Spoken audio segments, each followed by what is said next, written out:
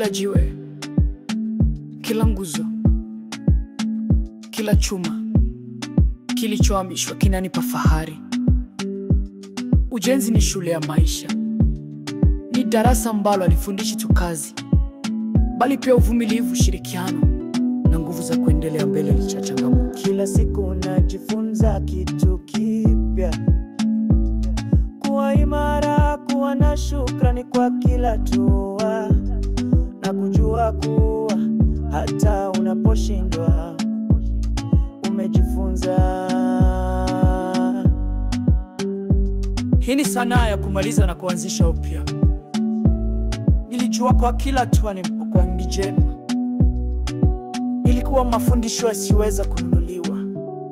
Hizo ndoto tunazojenga si za kawaida, ni mali ya kipekee, ni zawadi ya maisha yangu.